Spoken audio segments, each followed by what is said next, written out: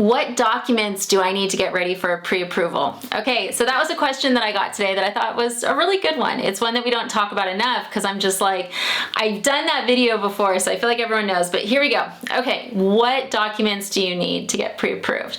Well, okay, the basics are this. If you are a W-2 employee, we're gonna want 2 years worth of W-2s, and we're gonna want 1 month's worth of your most recent pay stubs. Okay, that's if you're salary, W-2, you know, not hourly. Now, if you're hourly, we're gonna want 2 years W-2s as well as your 2 most recent pay stubs. Now, if you're hourly, generally you get overtime, so I'm also gonna be looking for the last pay stub from the prior year, okay, and the last pay stub from the year prior. I know. So you don't have to get this to us, but whenever you're an hourly employee, we're going to be doing a verification of income. We do that with all loans anyways, but it's really important on hourly. But if I'm trying to figure out your income quickly, if I get those pay stubs from the end of the last 2 years, it will show me how much overtime you had, because most pay stubs have year to date. So if I'm looking at the pay stub that goes through,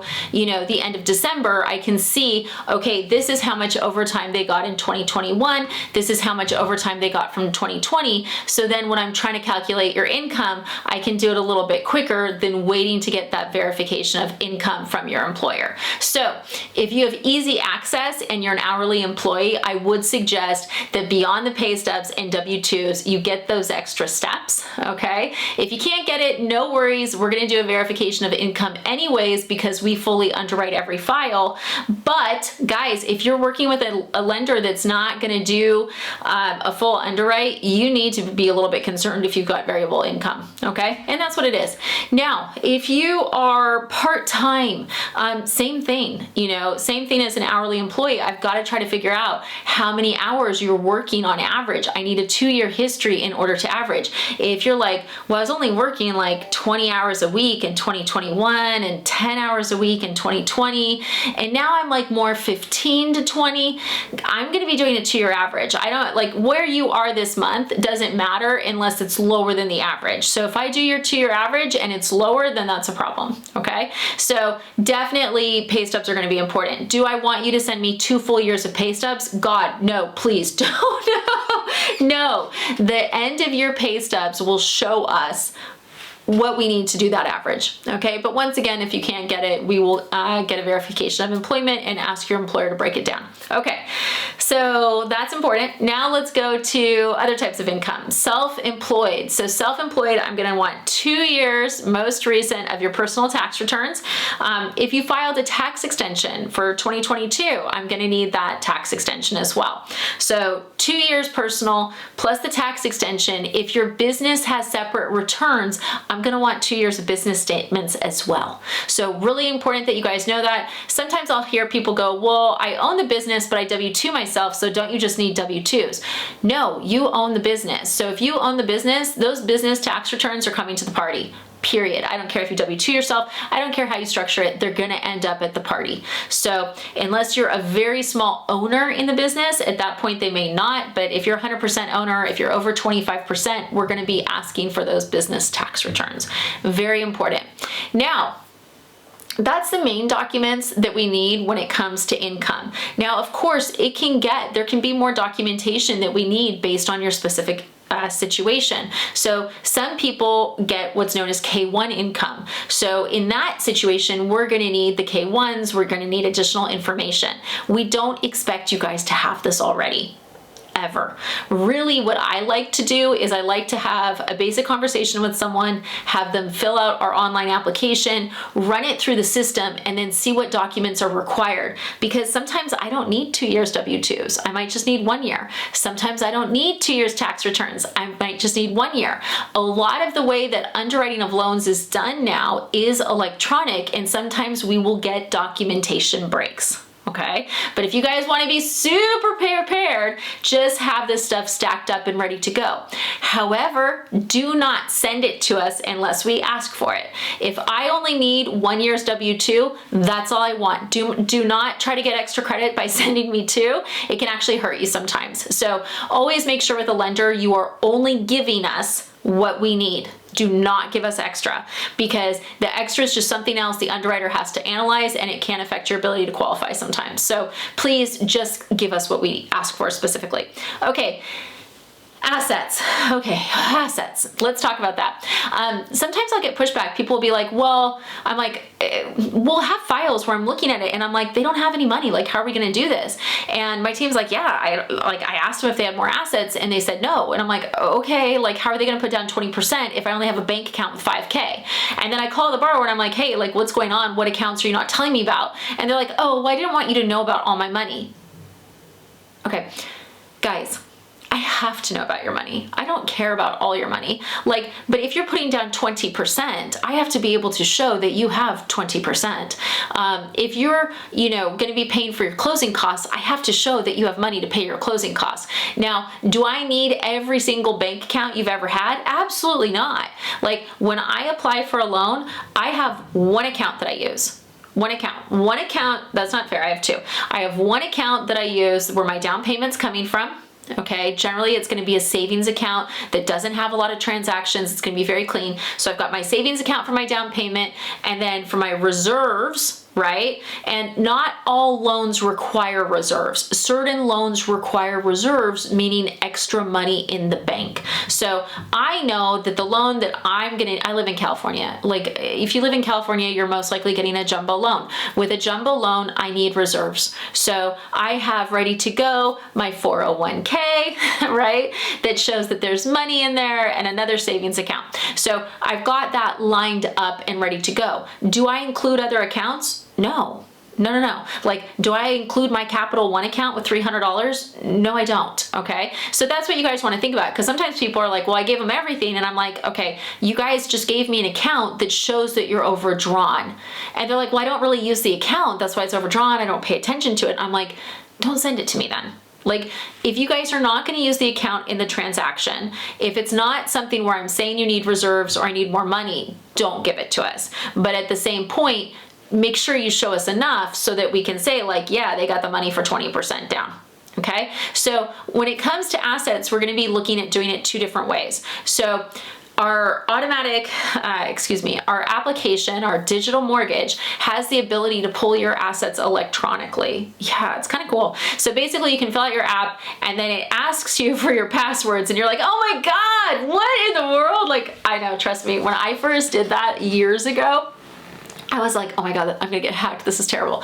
No, it's done through a third-party company. It's totally securitized, guaranteed rate. Like, I don't have access to your passwords. I would never, but I don't have access. My company doesn't have access. It's done through a third party, which is totally securitized. Anyways, they can electronically verify your assets. That's what all major mortgage companies are doing now. It's very common. I don't know if ours is through Plaid, but I think it's something similar to Plaid if it's not Plaid, if that means anything to you guys. So we can verify electronically, but then if you're like, oh, well, my credit union doesn't, or I'm not comfortable with that, which is okay.